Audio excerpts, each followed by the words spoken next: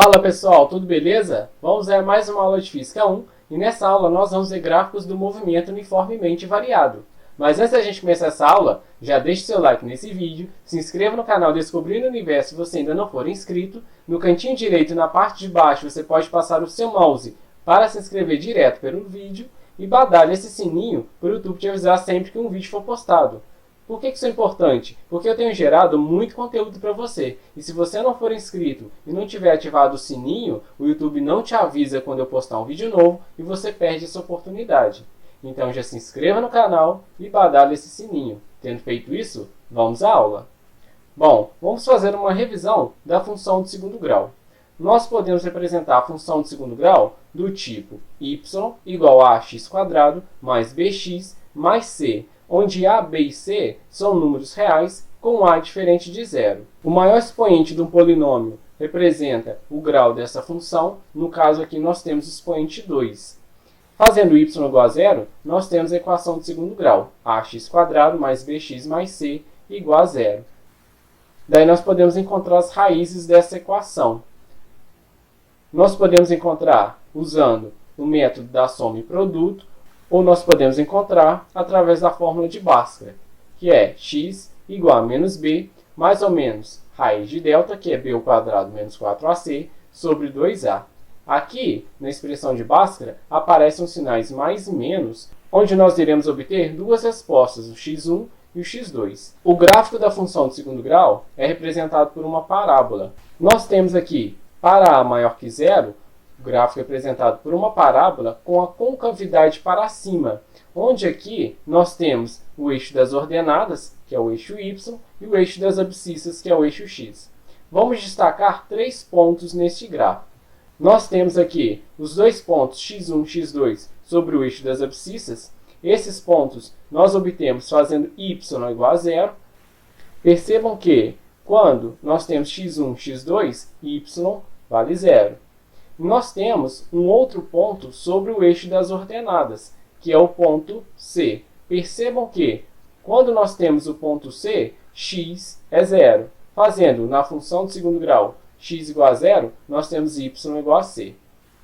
Para a menor que zero, nós temos uma parábola com a concavidade para baixo. Aqui nós podemos novamente destacar os três pontos. Nós podemos destacar as raízes da função, que é quando y igual a zero, nós obtemos x1, x2, e nós podemos destacar aqui o ponto C, que é o ponto sobre o eixo das ordenadas, quando x é igual a zero. Beleza? Vamos então aplicar este conceito à física. Nós temos aqui o gráfico do espaço pelo tempo.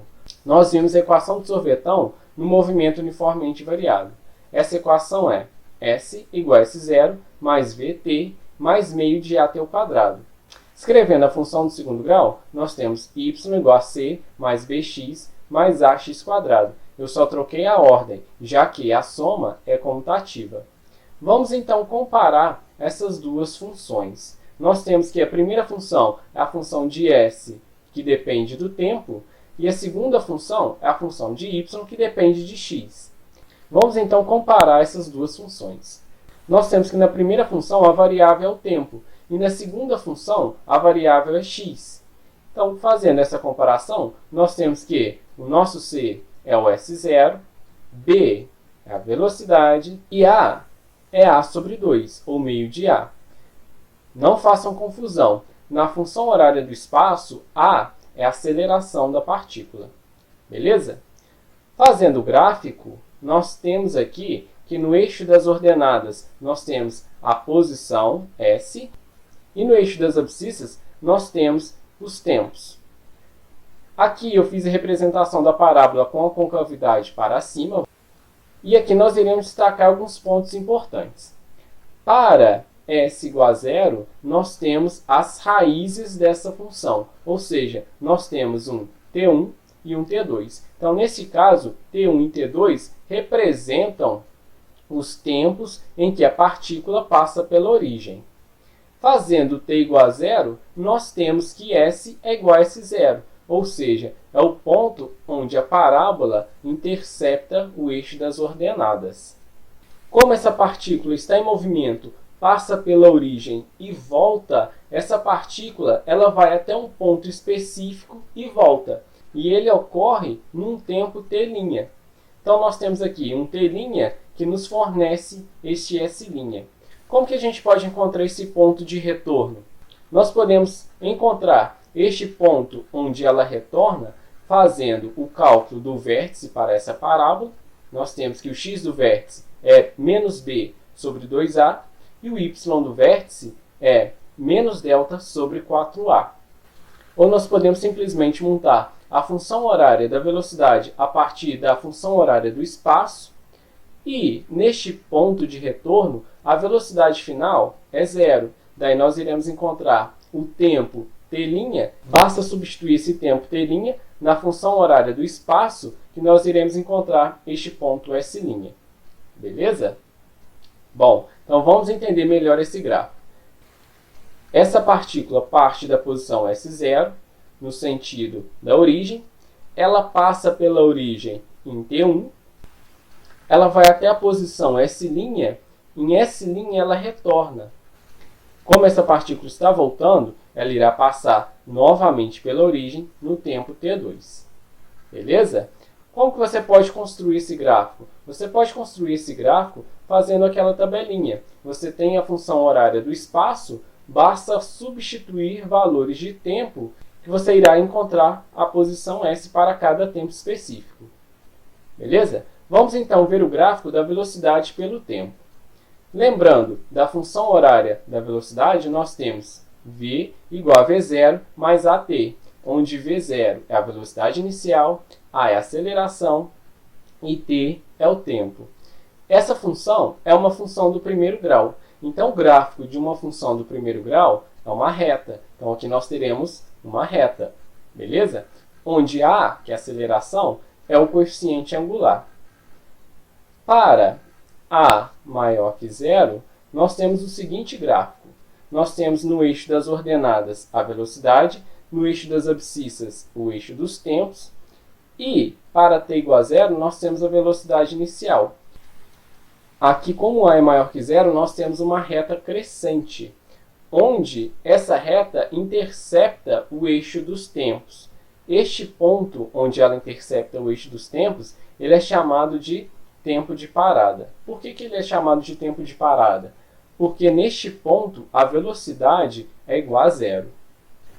Percebam que parte dessa reta está abaixo do eixo dos tempos, ou seja, velocidade negativa, e parte dessa reta está acima do eixo dos tempos, ou seja, velocidade positiva.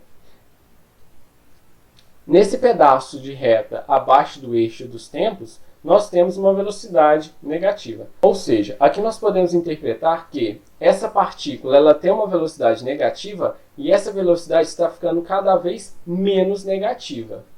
Já na parte acima do eixo dos tempos, nós temos uma velocidade maior que zero, uma velocidade positiva. Aqui nós podemos interpretar da seguinte forma. A velocidade dessa partícula está ficando cada vez mais positiva. Beleza? Então, para v menor que zero, nós temos que a velocidade da partícula está ficando cada vez menos negativa. E para v maior que zero, nós temos que a velocidade dessa partícula está ficando cada vez mais positiva, neste caso aqui. Beleza? Vamos ver então o gráfico quando a aceleração é menor que zero. Para a menor que zero, nós temos aqui novamente no eixo das ordenadas a velocidade, no eixo das abscissas os tempos. Para t igual a zero, nós temos a velocidade inicial. Essa reta é uma reta decrescente e ela intercepta o eixo dos tempos em v igual a zero. E este ponto, novamente, ele é chamado de ponto de parada, pois a velocidade da partícula é zero. Percebam que, novamente, essa reta ela tem parte acima do eixo dos tempos e parte dessa reta está abaixo do eixo dos tempos. Para essa reta contendo parte acima do eixo dos tempos, nós temos uma velocidade maior que zero. Como nós podemos interpretar essa velocidade? A velocidade dessa partícula está ficando cada vez menos positiva. Beleza? Para a parte dessa reta abaixo do eixo dos tempos, nós temos uma velocidade menor que zero. Como que nós podemos interpretar essa velocidade? A velocidade dessa partícula está ficando cada vez mais negativa. Beleza? Bom, relembrando, pessoal, quando nós temos o gráfico da velocidade pelo tempo, em que nós calculamos a área abaixo da reta, essa área nos fornece o ΔS. Portanto, calculando a área, nós estamos calculando numericamente o ΔS. Beleza? A área nos fornece numericamente ΔS. Vamos então ver o gráfico da aceleração pelo tempo. Como no movimento uniformemente variado a aceleração é constante, essa aceleração será uma reta constante, onde, para aceleração maior que zero, o gráfico será o seguinte. No eixo das ordenadas nós temos a aceleração e no eixo das abscissas os tempos. Como a aceleração é constante, nós temos uma reta constante. A aceleração é maior que zero, nós temos a reta acima do eixo das abscissas. Calculando a área abaixo dessa reta, essa área nos fornece numericamente ΔV. Portanto, a área é numericamente ΔV. E nós sabemos que a aceleração é ΔV sobre ΔT, onde ΔV fornece o sinal da aceleração. Como a aceleração é positiva, então ΔV é maior que zero. Beleza? Para a aceleração menor que zero, o gráfico é o seguinte.